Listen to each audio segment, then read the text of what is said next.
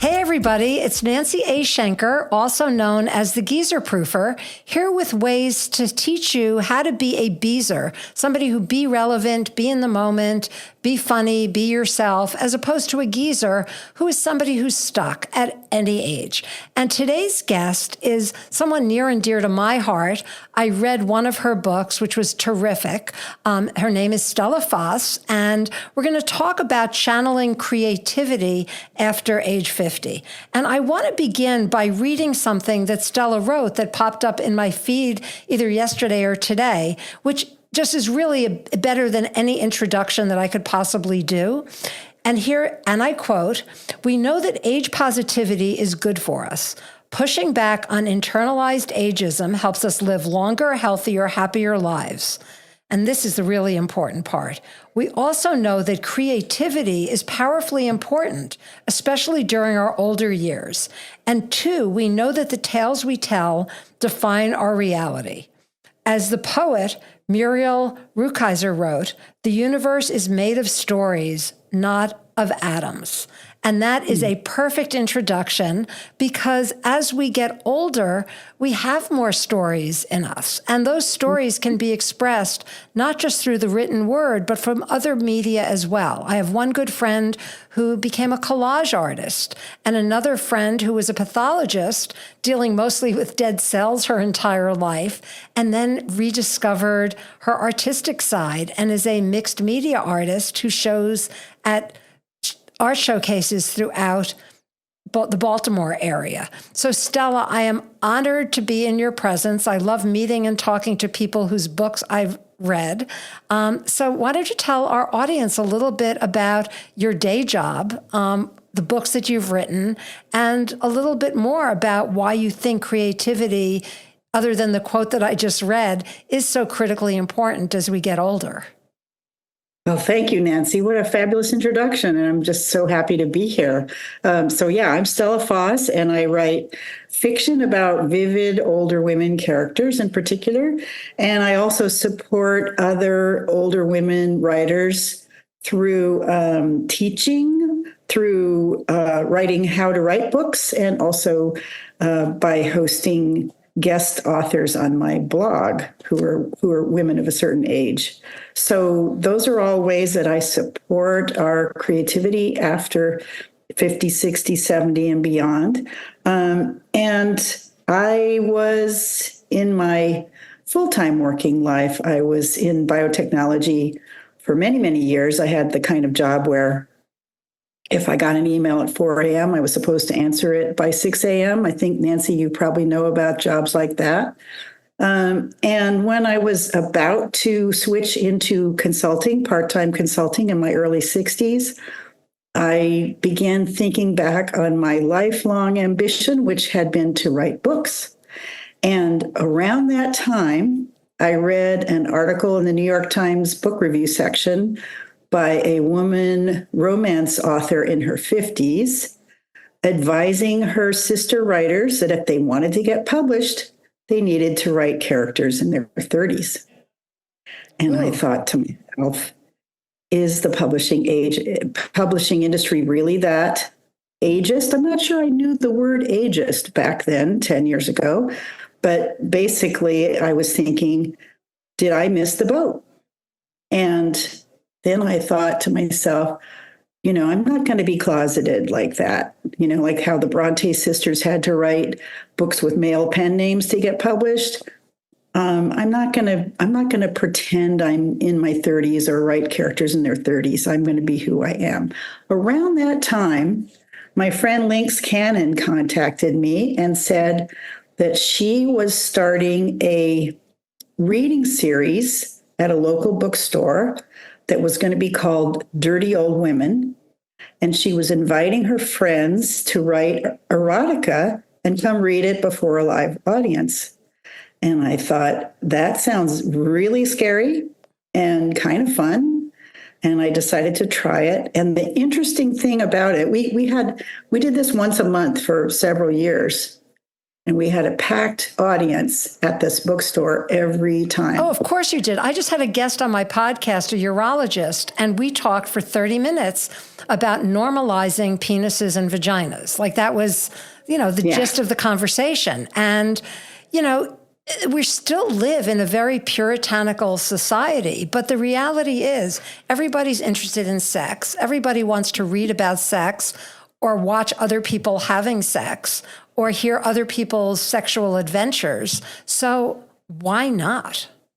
Why not indeed? And in particular, older women having sex. What a way to push back on gendered ageism, actually, to talk about and write about older women having sex. Either with men or with each other. I had another guest on the show, and now I'm like cross-selling my other episodes, but she was a gay matchmaker and talked about men and women coming out after 50 and giving advice for how to explore all aspects of your sexuality, no matter how old you are. That's a really good point. And we had, when we were doing this reading series, a lot of times after we were through, women would come up to us, women who were in their 30s would come up to us and say, thank you so much for doing this, because the message we've been getting is that part of life is over at 40. Yep. Your vagina dries up and falls off is what I say. Yeah, like that's and you start wetting your, like, I always say that their marketing depends to me, but I always say when I'm going out on a date, when I think about getting wet, I'm not thinking about peeing myself. I'm thinking about the other kind of wet. So that's fascinating how you got into this space. So let's just talk a little bit about why creativity is so important as we get older. I mean, your story was great in terms of how you were in a job that was kind of binary and rigid and demanding and could really let your creative freak flag fly once you got into this phase of your life. Like the Grandma Moses of Erotica. I like that. I'm going to use that. You may. Thank you. What was your question? Why creativity is so important. After 50. Yeah. I think, my story about what happened in my life is pretty typical. We start off as kids, playing with dinosaurs, writing poetry, making pictures, drawing and painting. And then we kind of put that aside, don't we? We get to a certain point. We have careers where we're hopefully making some money. We raise our children. We're very, very busy. And then life changes again. You get to this point where your kids, bless them, grow up, they move out, they have their own lives. And if you're lucky enough to be able to step away from full-time work, which some of us can and some of us can't, but a lot of us are able to do that and scale back to part-time or start our own businesses where we control our schedules or switch completely to a new career, we can go back and think about what was it about our play life that made us happy. I love that, our play life. I had a guest on the show who was a dentist who always wanted to be a stand-up comic. And because of the pressure from his parents, Jewish guy from New York, that was what you were supposed to do, be a doctor, a dentist, or a lawyer. And so after he was on my podcast, I'd like to think I was part of the inspiration. He signed up to take a comedy class. And he still does practice dentistry by day. But even if you can't quit your day job, you could take a collage class after work. You can even do it by Zoom. My collage artist friend, I said to her, I've always kind of liked gluing stuff on paper and random objects. How do I get into collage? And she gave me a link to a website where I could become part of a collage community without ever leaving my home. So there are lots of creative things you could do without quitting your day job. Yeah, absolutely.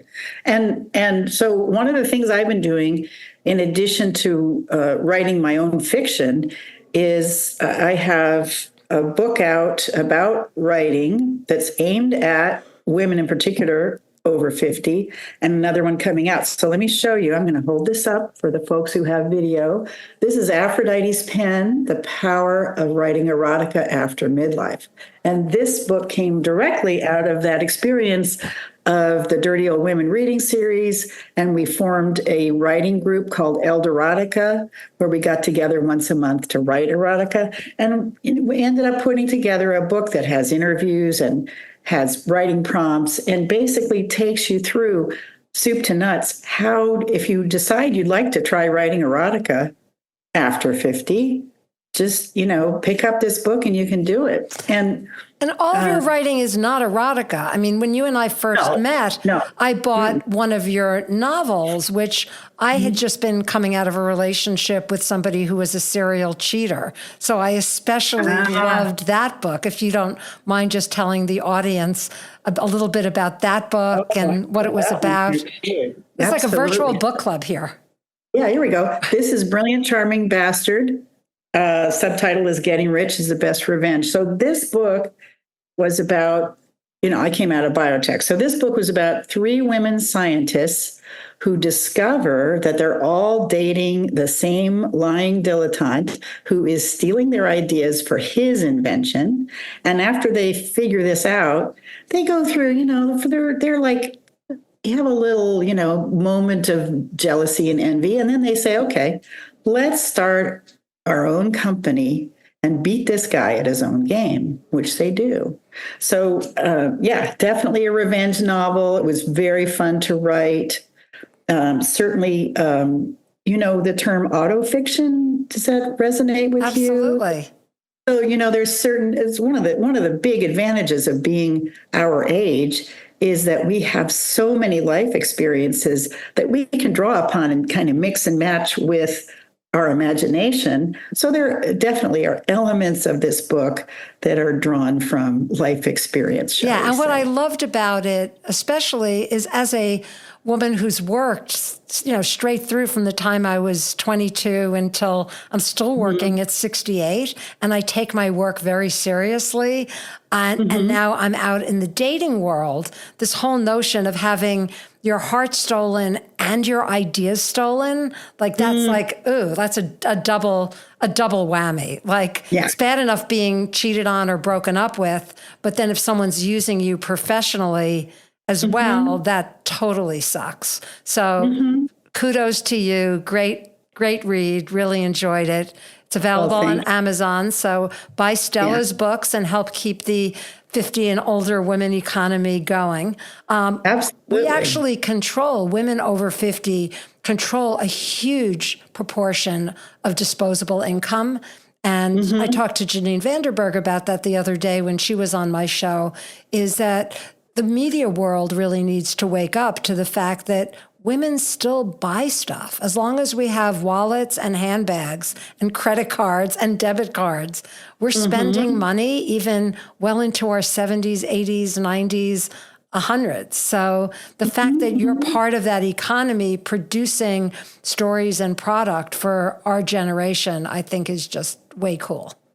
Well, thank you. And I also think it's important that we push back on the narrative in our culture about older women. And one way to do that is to write our vivid stories. So I encourage women to write erotica, as in the Aphrodite's pen book. And also I'm about to release a new book that's going to be called The Well-Seasoned Romance, Write and Sell Your Late Life Love Story, which is going to be aimed at folks who may not ever have written a book, a novel, and really takes you through soup to nuts, how to write, how to edit, how to publish, how to market, the whole thing. So if you have an interest in romance, and a lot of women our age read romance novels and probably could turn around and write one with, again, vivid older women characters.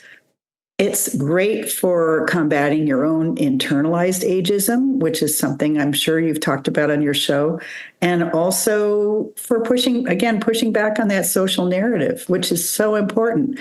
We can take control of that narrative by getting our stories out there. Absolutely. Absolutely. And, you said something earlier, which I totally believe to be true. Having begun and ended my corporate career in the publishing industry, and then trying to originally pitch the Geezer Proofer as a book or a variation of the Geezer Proofer, I discovered that the publishing industry is still inherently ageist.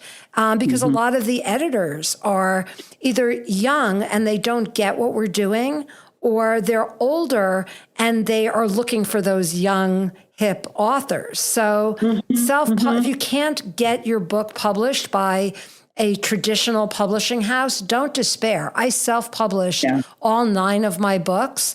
And as a result, I can keep more of the money that I make. Will I ever be a bestseller?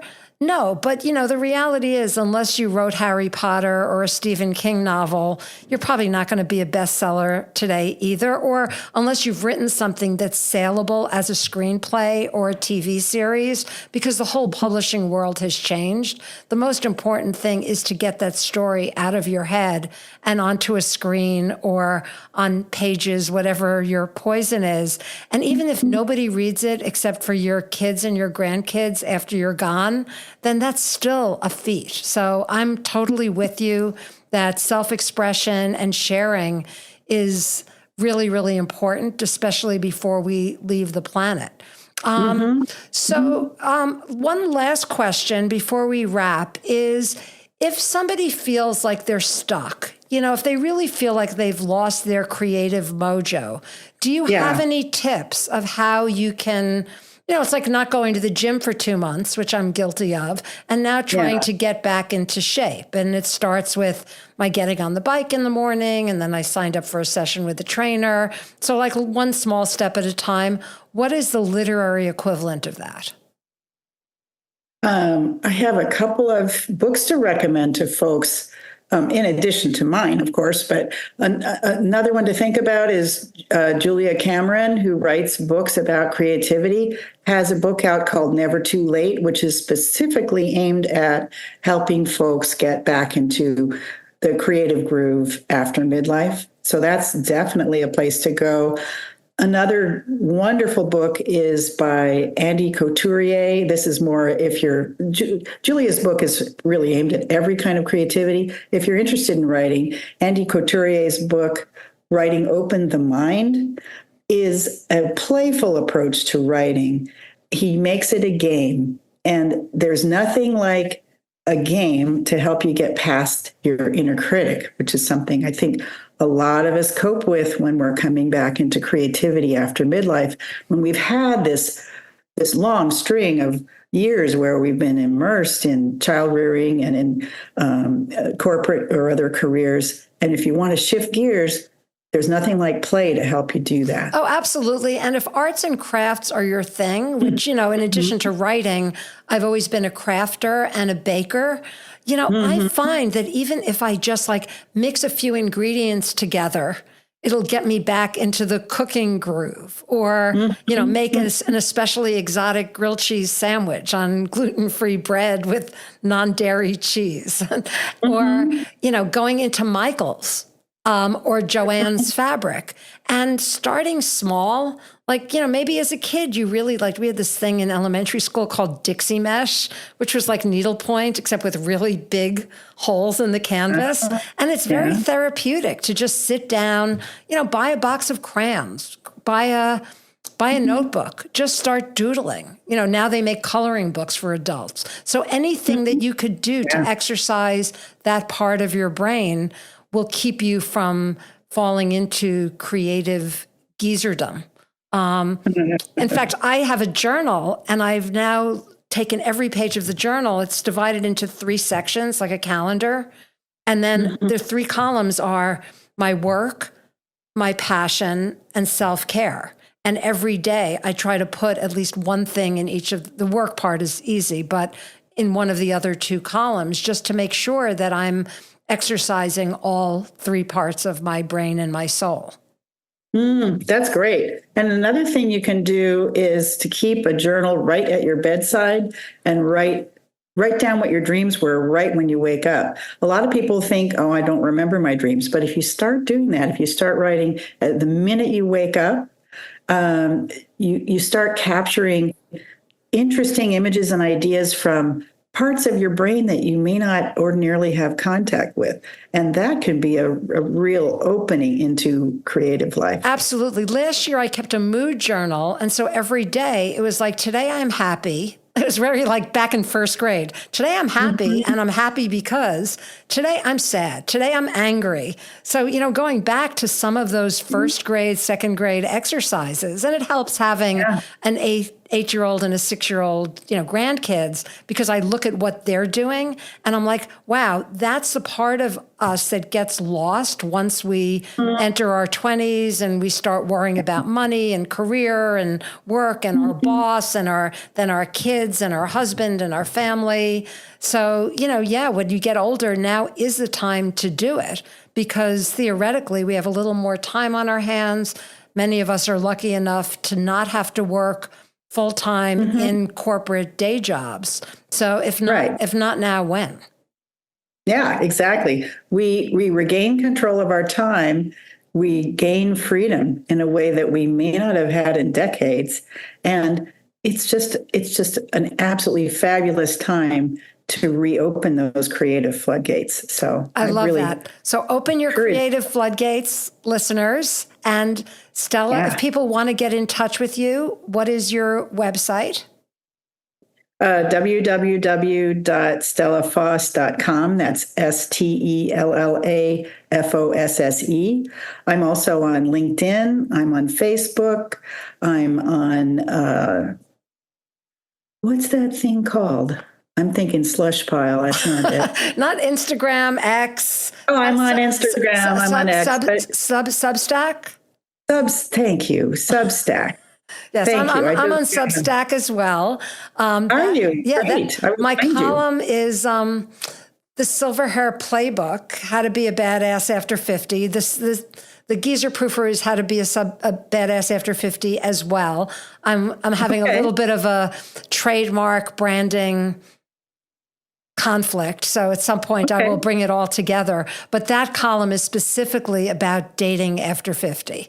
And someone asked me the other day why I'm hard to find as the Geezer Proofer, but it is because I do still work full time and I have clients and I try to keep my personal life somewhat separate from my professional life. Not that it really matters that much anymore, but I loved what you said about the creative floodgates. So hopefully this podcast is the beginning of a tsunami for all of those over 50 people and people under 50 as well who feel like they've lost their creative mojo. So even if it's a box of Crayola crayons and a sketch pad, go for it and let that creative freak flag fly.